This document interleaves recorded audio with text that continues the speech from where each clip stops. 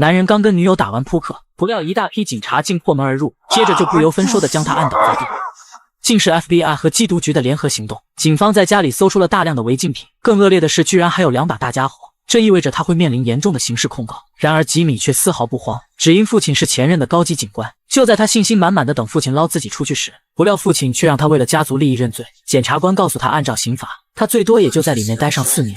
吉米思前想后，当即便答应下来。法庭上，对于法官的审问，他没有任何辩解，大大方方地承认下来。可审判结果却让他当场蒙圈。法官认为他非法持有重武器保护自己的面子，已经构成有组织的犯罪。但鉴于他认罪态度良好，当庭就判了他10年监禁。吉米跟他父亲这才知道，他们都被检察官给骗了。You lied to me, Beaumont! You fucking lied to me! 7个月后，狱警带着吉米来到医务室，里面竟是骗他的检察官和一位女探员。吉米嗅到一丝阴谋的味道，原来女探员通过调查发现吉米天赋异禀，在牢房里不仅能和所有帮派都交上朋友，还在里面发展了一门副业搞钱，适应环境的能力极强。看着女探员还在喋喋不休， Fucking tell me why I'm here. 女探员这才转回正题。We would like you to transfer to another prison and befriend someone to elicit a confession. We need precise location of a dead body. We suspect that the man that you'll read about in that file has killed 14 women, maybe more, but... 然而警方现在只找到其中1具尸体，他们急切需要找到其他受害人。可听到对方被关在满是神经病的监狱，吉米当场便拒绝了。他可不认为自己能和这种人做朋友，给多少钱他也不会做。不料探员给他下了一剂猛药，两人答应他只要套出尸体的下落，就减免他剩余的所有刑期，条件很诱人。但吉米还是不干。女探员表示对方正在上诉，一旦上诉成功获得释放，将会有更多少女惨遭迫害。吉米还是无动于衷，没办法，女探员只能给他留下一份档案，让他再好好考虑一下，毕竟这样的机会可遇而不可求。到了晚上，吉米翻来覆去的睡不着，最终他还是没能忍住打开档案，里面记载的案件让他震惊。这是一个连环杀人案的凶手，不仅手段非常残忍，而且只对年轻女孩下手。最让人匪夷所思的是，当所有线索都指向一个胡子男时，他们竟然没有一点证据证明他有罪。警方陷入两难之境，为了尽快寻找突破点，他们才出此下策派人去他身边当卧底。吉米也不知如何是好，于是在探亲时询问父亲的意见。父亲告诉他，那里关的都是无期徒刑的魔鬼，让他好好在这里待着，自己会尽快想办法保他出去。可刚过2天，继母便给他传来一个噩耗，父亲为了他的事情一时火大中了风，可能撑不了多久了。随后继母带来父亲的一句口信， He told me you got some way of getting out of here earlier than the 10 years. 结束了通话，吉米转身便找到女探员合作，通过一顿鬼迷日眼的沟通，成功通过了女探员的面试。而他接下来要面对的就是眼前这个可爱的胖子。此人名叫拉里，如果只是看他的外表，很难把他和连环杀人案联系到一起。可当探员拿出一张受害者的照片时，拉里的表情瞬间大变，他竟然将整个作案过程完完整整的说了出来，还说自己事后都会为他们叠好衣服。很多细节都是警方没有对外公开的，他们很确定自己抓到了幕后凶手。可当探员将认罪书拿到他面前时，拉里又说自己没干过这些。虽然在探员的引导下签了字，但法官却认为拉里有严重的人格障碍，很容易受到暗示的影响，因此这份认罪书并不具有法律效应。最终法官批准了拉里的上诉，1个月后他将被无罪释放，留给警方的时间已经不多了。与此同时，女探员带着吉米坐上飞机，并给他伪造了一个新的身份，除了监狱长和心理医生，任何人都不会知晓他卧底的身份。而女探员则会以他女友的方式参与这次行动，必要的时候可以做出一些亲密的举动。吉米当即便来了兴趣，结果却遭到探员一个大大的白眼。最后女探员警告他，千万不要暴露身份或者被加刑，一旦触碰红线，我们之间的协议立即作废。随着专机落地，吉米坐上前往监狱的囚车。可当他们就要赶到目的地时，他的心里突然打起了退堂鼓。毕竟自己已经被检察官坑过一回，否则他也不会被判10年监禁。谁知道这次他们会不会又耍自己呢？探员对他发誓，他们永远不会忘记你对人民做出的贡献。吉米这才下定决心，为了不让人怀疑，入狱的流程他通通走了一遍。这里唯一知道他卧底身份的人就是心理医生。他将吉米的牢房安排到拉里的对面，随后告诉他这里的生存法则，那就是随机应变。这里没有任何规律可言，一切都是不可预测的，你身边的人可能会毫无目的的动手。吉米房间的上一个犯人就是承受不住巨大压力了结了自己，到现在房间里的血迹还没有擦干净。吉米问他如果自己遇到危险该怎么求救，医生给他留了一串号码救急，他努力地将数字记到脑子里。由于这里的犯人都有精神疾病，所以吉米也必须过来按时服药。为了尽快完成任务离开这里，他假装和拉里搭讪，不料对方根本不鸟自己，无论他如何搭话，拉里都不拿正眼瞅他。直到这天，吉米中风的父亲来看他，并用自己警官的身份让狱警对他多多照顾。可他却忘了一件事，那就是儿子是来这里当卧底的，而且在吉米的身份里没有亲人。父亲今天的举动直接暴露了吉米的身份，也给他日后带来巨大的麻烦。老父亲也意识到自己把儿子坑惨了，得知他身份的狱警表面答应帮他保守秘密，甚至还看在他父亲的面子上，主动给他介绍了牢房里一位大佬当做靠山。由于双方都是意大利后裔，吉米很快便得到大佬的赏识，而这一切都被狱警看在眼里。为了尽快接近拉里，他一路跟着来到电视房，看得出来对方很喜欢这个电视节目。吉米一阵无语，但他又不知如何搭话。不过很快他就找到一个绝佳的机会，这时一个瓜娃子走进电视房，直接切换了电视频道。We were watching you. Yeah, now you're fucking not. 看到对方凶狠的眼神，拉里当场认怂。吉米知道机会来了，当即就把节目换了回来。You want to change that back? No, I don't. Right fucking now. Purchase today.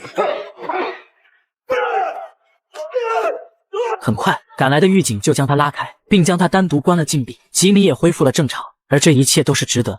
当他回来后，拉里主动跟他打了招呼，还感谢他为自己出头，两人就这样有了进一步的发展。可还没聊上两句，狱警就把他单独叫到牢房，直接开门见山的索要10万好处费。吉米不理解，狱警表示你现在得到黑手党大佬的信任，如果他们知道你是卧底，你猜会有什么后果？这里的人最痛恨叛徒，吉米无奈只能妥协。随后让狱警叫来自己的父亲，他让父亲给自己拿钱保命，可父亲却表示那笔钱已经治病花光了，他偷偷留下的白面也被弟弟骗走了。吉米表示扬声器里还有1公斤的面粉，他让父亲拿来给自己，然后想办法在这里换成钱堵住狱警的嘴。 I'm not gonna let you down. 这次没拿到钱，狱警很恼火，他给了吉米最后的期限，但好在自己和拉里成了无话不谈的好朋友，两人的话题越唠越变态，拉里的脸上也逐渐兴奋起来。可刚要谈到关键问题，狱警就来打断了他们，是吉米的父亲来了，可他什么也没带来。看来扬声器里的面粉也被弟弟偷走了。吉米被气笑了，为了解决眼下的危机，他只能找到假扮他女友的探员，可对方却说这次任务是不能公开的，因此他没有权限向上级申请这笔钱。同时女探员还带来一个坏消息，那就是上级认定拉里不是凶手，要取消这次任务。可现在即便是终止吉米的任务，也需要几周的时间去调换监狱，真等到那时他连头七都过完了。现在他很确定拉里就是凶手，因为眼神是骗不了人的。为了保住小命，吉米只能靠自己了。他决定继续潜伏，套出拉里埋尸的下落。为了继续深入调查，吉米趁对方不再偷偷潜入他的牢房，试图在这里找到蛛丝马迹。从墙上的照片可以看出，拉里是个喜欢战争的狂热分子，但这不足以说明他就是凶手。随后又翻了翻桌子上的书籍，还是没有任何发现。就在这时，角落里的杂志吸引了他的注意，打开一看，里面的内容不堪入目，十分符合凶手变态残忍的性格，这让他更加确定拉里就是幕后凶手。此时放风的时间就快结束，吉米连忙将物品摆回原处，可刚回房间就看到了那个讹他的狱警。对方来此的目的很明确，就是索要那10万块。可女探员已经告诉他上面不会拨款，他索性直接告诉狱警，让他断了这个念想。不料对方一句话不说，转头就走，似乎在告诉他你小子给我等着。这时隔壁传来拉里的声音，吉米走了出去，对方却说现在太安静了，可能是暴动前的宁静。随后又问他看没看到谁进了我房间，吉米连忙摇头。可接下来拉里的表情耐人寻味，像是看穿了吉米刚刚走进自己的房间。吉米被看得心里发毛，他假装生气掩饰自己的心虚，来到操场，想起刚刚拉里说的话，现在的气氛确实有些怪异，囚犯们都自顾自地待着，似乎是等待谁在发号命令。这时拉里也走了出来，他向吉米道歉。I know you're upset. I am not upset. I don't know you from one minute to the next. 吉米一招欲擒故纵，玩得炉火纯青，因为只有这样才能消除自己的嫌疑。很快，监狱里就发生大规模暴乱。正如拉里所说，每次宁静过后都会有暴风雨来临，犯人们在这时都会对看不顺眼的动手，就连狱警也不能幸免。拉里被吓得抱头鼠窜，暴乱持续了整整一夜，最终还是在狱方的压力下恢复了秩序。这也是当初吉米不愿意来的原因，因为不一定在哪天你可能永远都醒不来了。正在休息的吉米听到拉里的声音，他请求吉米不要生气了，一切都是我的错。吉米也认为不能再这样下去了，当即便原谅了他。拉里听到后笑得就像个800斤的胖子。由于昨晚发生大规模叛乱，此时监狱里一片狼藉，犯人们被派来打扫卫生。更奇怪的是，狱警将卫生组长交给了拉里，他似乎对收拾残局很在行，而且一改往日的颓废，有条不紊的分派任务，让人生不出拒绝的想法。随后众人开始进行清理工作，吉米则是一边打扫一边和拉里聊天，试图从拉里嘴里套出有用的线索。然而对方接下来说的话直接颠覆了他的三观，就连我一个变态听了都觉得变态。 If you had a pet chicken, could you eat it? I wouldn't. Well, I would have one. I would eat it. Purchase your You tracks eat your pet. today. Yeah, it's just me. We're all just me. I would eat my pet dog. 可随后他又说父亲不让他养宠，因为这会耽误正事，而他所谓的正事就是挖别人的坟墓，这也是父亲从小给他灌输的思想。一个人死了带不走任何东西，这些值钱的物件埋着也是浪费。于是让小拉里亲自动手，将他们一个一个取下来。可对方手上的戒指难住了他，父亲直接给他扔了一把剪刀下来。此时在小拉里的心里，这些东西就应该是属于他的。在这样的环境下成长，他的心里也越发的变态。拉里被打开了话匣子，将自己的成长经历说了出来。吉米问他做这事不害怕吗？ The dead are pleasant. They don't talk down to you, don't talk back. They're just so peaceful. I look into their faces and it gives me hope that the next world... 吉米有些无语，可接下来拉里的话更是毁了他的三观。他表示曾经有一个叫罗拉的女孩，高傲的样子让人望而生畏，从小到大都是高冷女神。后来她从高处坠落，把脖子给摔断了。She got a lot less untouchable after that. Like I said, Purchase your tracks today. evens it out. 而那个女孩也在下葬当天被挪走，动手的正是成年后的拉里。至于女孩之后被他如何处理，就不得而知了。清理完卫生，拉里开始询问吉米小时候的经历。他想起女探员嘱咐自己的话，一定要引起对方的同情，两人的距离才会越来越近。于是吉米开始卖惨，惨到拉里都不忍直视。讲完，吉米转身就走，假装很悲伤的样子。拉里追上去问他：“你没想过对他们下手吗？” What things? Things. Purchase My your mother? tracks today. To anyone. I don't understand. I soak a rag in starter fluid and put it in a mason jar in my hand. If you put it over a person's face, Purchase your tracks today. around seconds. Nothing to it.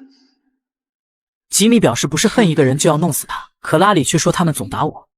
Did he? Girls, you know. What girls? Girls I meet.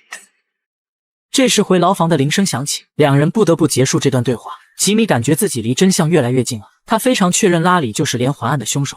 没过多久，家里来看望拉里，他表示最近总有警察登门拜访，似乎想找一些能证明他犯罪的证据。听到后，拉里便知道自己离出狱不远了。至于这个变态心里在想些什么，恐怕只有他自己才会知道。男人为了减刑10年，主动来到满是死刑犯的监狱服刑，可这天他却发现囚犯们对自己充满敌意，那眼神恨不得活吞了他。吉米知道很有可能是狱警搞的鬼，原来之前父亲暴露了他卧底的身份，狱警得知后朝他要10万块封口费，但吉米却并没有如约上交。为此他找到和自己接头的心理医生，可来到医务室他一脸蒙圈，跟自己接头的人竟然休假了，这让他心里十分慌张，因为自己的身份暴露，他很有可能会命丧于此。随后听着女医生问的问题，吉米感觉对方在试探自己的真实身份，这让他更加小心谨慎。不料女医生话锋一转，问他是否会对某个狱友的精神健康构成威胁。吉米愣在原地，他突然想起拉里，难道是拉里识破了自己的身份？就这样，他在担惊受怕中度过一晚。第二天一早，吉米假装镇定地坐到拉里旁边，通过交谈，他才确定对方并没有发现自己的身份。拉里则是打开了话匣子，说起了自己的家族，老一辈的很早就结婚了，他曾祖母14岁就生了他的祖母，两人聊了很多。吉米突然转移话题，问他交的最小的女友是多大。拉里心生警觉 You first. My ass first. You first.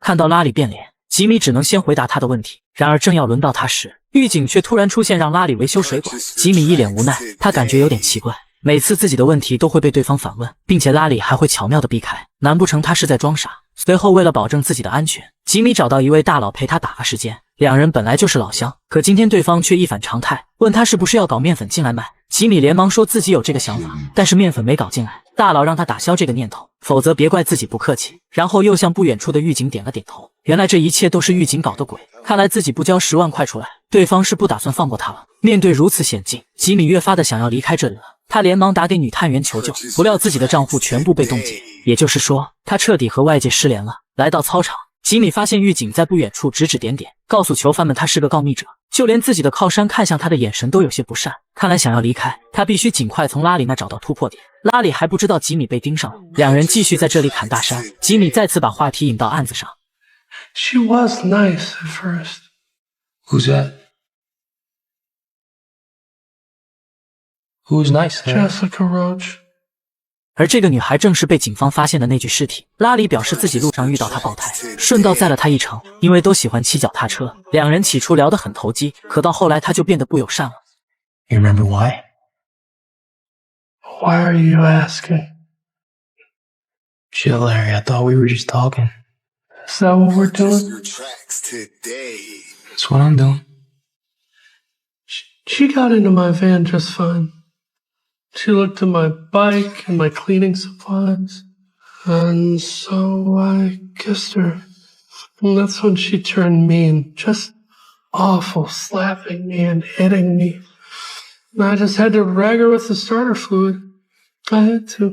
随后拉里还说自己带她去了个偏僻的地方，但那个女孩太坏了，对方醒来后又抓伤了自己，他只能再次用抹布将女孩捂住。后来对方就没了动静。拉里在处理他指甲里的皮屑时，还发现大量自己的皮肉，这一切就像做了一场梦。听着对方轻描淡写的说着案发过程，吉米只能强颜欢笑。与此同时，找他当卧底的女探员也是一刻未停，她来到拉里路口供时说过的修车厂，然后将拉里的照片给老板看，对方一眼就认了出来。老板说这人很奇怪，最开始来的时候看着一脸人畜无害，却到处聊闲，后来惹到了自己女儿，他才将拉里赶出了这里。随后女探找到老板的女儿，女孩说这里的女性都很讨厌她，因为拉里私下跟他们说话十分恶心，后来盯上了自己，还经常送一些礼物给她。探员想要看看礼物，女孩说自己早就扔了，但有一个她至今还保存着。当几人来到库房，看到眼前的脚踏车，探员愣在原地，这不正是被害人杰西卡骑的那辆？案件有了重大突破，可当两人把证据拿回去时，检察官竟然说这还不够，因为没有证据是拉里送给他的，而且脚踏车的序列号也被毁掉了，这东西拿到法院上根本不足以当成证据。面对即将被释放的拉里，他们又该怎么办呢？男人被自己的梦吓了一哆嗦，醒来后发现梦里的变态就站在他床前。吉米连忙问他自己有没有说梦话，拉里说没有，还说一定是自己昨天讲的故事让他害怕，一句话就否定了自己陈述的罪行。吉米一脸蒙圈，看来自己的努力全都白做了，但他只能装作不在意的样子。随后他说你讲述的故事经不起推敲，只是简单的想想细节就知道是假的。拉里问他是哪些细节，吉米告诉他，你说你从小就挖坟墓，但你杀了杰西卡却没给他挖一个。一番激将法没想到竟然真起了作用。拉里表示挖坟需要合适的土壤，而且在黑暗中很难行动，还要注意随时出现的路人。吉米却一脸敷衍，看到他戏谑的表情，拉里终于怒了。 I'm not lying, James. You're not a killer, man. I've looked into the eyes of a few, and you don't have those eyes. What eyes Purchase your do I have? tracks today. 吉米说杀手的气质你是模仿不来的。拉里见状约他在木工房见面，他要让吉米看看什么是杀手的眼睛。接下来一整个早上，吉米都在惶恐中度过，他不清楚拉里哪句话是真的。这个胖子远比他想象的难搞，而且现在自己的身份暴露，很多帮会里的人物都对他虎视眈眈，稍有不慎就会随时丧命。回来后，吉米不停地锻炼，以此来消除内心的恐惧。这时那名勒索他的狱警找上门来，看到他对自己一脸笑容，就知道准没有好事。原来狱警得知他为高官工作，便连忙过来捧臭脚，想让吉米后面的人给自己换个油水多的岗位，并表示我是不会出卖你的。吉米暗自发笑，自己的身份就是他泄露出去的，还没见过如此厚颜无耻之人。他告诉狱警，如果自己1周后毫发无伤，我就找人给你换职位。听吉米的语气，狱警就知道他在耍自己，当即私下伪装，让他好好享受接下来的牢狱生活。没多久，吉米之前的靠山找到了他。大佬表示他最恨别人欺骗自己，在这所监狱什么都有可能发生。一番看似平淡的对话却充满凶险，吉米必须尽快找到拉里作案的证据，不然哪天可能被人吞得连骨头都不剩。随后他来到木工房找到拉里，此时桌子上正摆着一幅地图，吉米努力地将它记到脑子里。拉里向他展示自己的成果，这所有的一切都是他亲手做的。吉米问他为何小鸟是21个，拉里并没有回答他，而是拿起一只小鸟给他看，顺手把地图卷了起来。拉里说自己会把小鸟寄给哥哥家里，让哥哥把它们涂成黑色，然后让这些黑色的鸟守护死去的人，守护他们的灵魂。吉米似乎猜到了什么，接着拉里告诉他自己是神的一部分，当我叠那些衣服时，只是我无意的善举。吉米问他是谁的衣服，拉里竟然说出了一个被害女孩的名字，他还说这个女孩很难搞定，力气大的出奇，要不是自己捅了几刀，兴许还真解决不了。吉米强忍心底的怒火，这个恶魔竟然把残害别人说的这么天经地义。随后拉里还说自己给他挖了一个十分完美的坟墓，绝对不会有人找到。这时狱警催促他们该回去了，吉米说你可以把坟墓的位置告诉他们的家人，让女孩们得以安息。可拉里却笑他太天真，如果那么做他就永远也出不去了。吉米表示你可以告诉我，我匿名寄给他们的家人。不料拉里变态的笑了起来。James! James! James! You're fucking with me. You're always fucking with me. You're just like Gary. Oh my god. 面对这个冷血动物，吉米终于忍不住爆发了。You're not gonna win your bill. No Fucking today. way. James, why are you at? You'll never get out of here. 吉米彻底摊牌了，拉里瞬间就猜出他是警方派来的卧底，然后一把掐住他的脖子，算是他欺骗自己感情的代价。很快守卫赶来将两人分开，拉里愤怒的表情简直要活吞了他。当晚两人在牢房里对视一宿。第二天到了放风时间，只有吉米的牢房没有开门，看着被锁在里面的吉米，拉里露出嘲笑的表情。过了好一会儿，吉米的牢房才慢慢打开，可他刚走出门就被狱警抓了起来。原来是心理医生休假回来了，他向吉米表示歉意。这里发生这么大的事，竟然没人通知自己。可此时的吉米却只想要一支笔，他凭借超强的记忆，竟然将拉里的手绘地图画了下来。可画完之后，他也一脸蒙圈，因为从这上面根本看不出具体位置。他无比懊恼，努力了这么久，却还是一无所获。探员安慰他，我们在想别的办法。随后，吉米将拉里给他讲的故事一字不落的说了出来。听到案发现场的经过，很多事情都是警方没有对外公开的，此时却被他从头到尾讲了出来。探员满脸欣慰，因为这就是他们想要的证据。吉米的努力并没有白费。几天后，他再次登上法庭，探员答应他的事情没有食言，法官当庭免除他所有刑期，立即生效。虽然没能找到女孩们的尸体，但却保证了他不会再埋更多的尸体。随后，拉里登上法庭，在吉米的作证下，法官驳回了他的上诉。鉴于案发经过只有凶手本人知道，拉里的余生只能在牢里度过。上诉失败后，拉里曾试图了结自己，却被守卫及时发现。后来家里来看望拉里，家里恨自己没能照顾好他，让拉里犯下滔天大错。Not you, Gary. Please. Hey, please. 这时拉里才真的后悔了，但这一切都为时已晚。本故事由真实事件改编，家里最后说服了拉里，供认出15起谋杀案，但很快又撤回了自己的供词。至今为止，还没有一个埋尸地点被发现，他在有生之年将没有任何资格获得假释。